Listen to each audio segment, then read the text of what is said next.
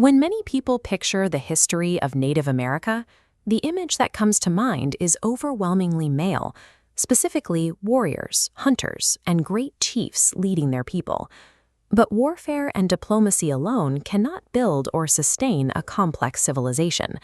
A thriving village required massive daily logistics. Communities needed reliable calorie counts, physical shelter from harsh winters, and highly organized supply chains. The people actually designing and managing those essential daily operations were women. By focusing so heavily on the male warrior narrative, history has suffered a massive blind spot, completely missing the operational reality of how these societies functioned. Native women operated as the primary agricultural scientists of the North American continent.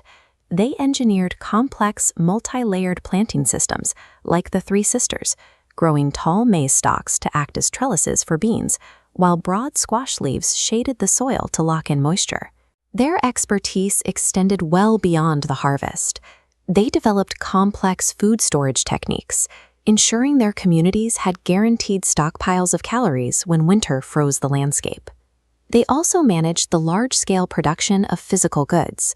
Women crafted everything from essential pottery and textiles to structurally complex woven baskets large enough to hold an adult. These highly specialized items were critical survival tools, and they quickly became the valuable currency fueling broad regional exchange networks stretching across the continent. Women produced both the calories and the commerce that kept these nations alive.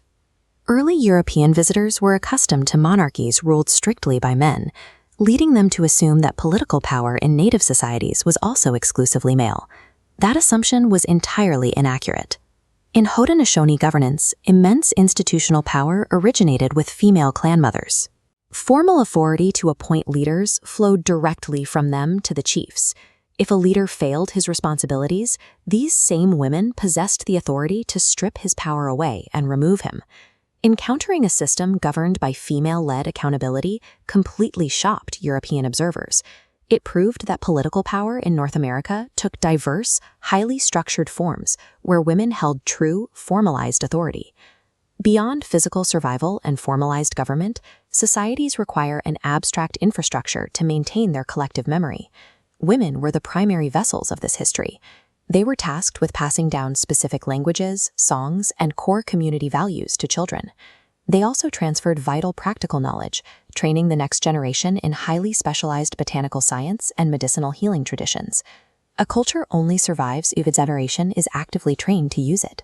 Through this continuous, disciplined chain of teaching, women ensured that the unique cultural identity of their nations outlasted the centuries. Native American women were the operational architects of their civilizations. They engineered the agricultural systems, structured the trade economies, enforced political accountability, and managed the preservation of history. The deep, enduring identity of Native American nations survived across time, directly because of the foundational structures these women built. That meticulous preservation resulted in one of the most linguistically and culturally diverse regions on Earth. And how those distinct languages and traditions actually worked is exactly what we will explore in our next episode.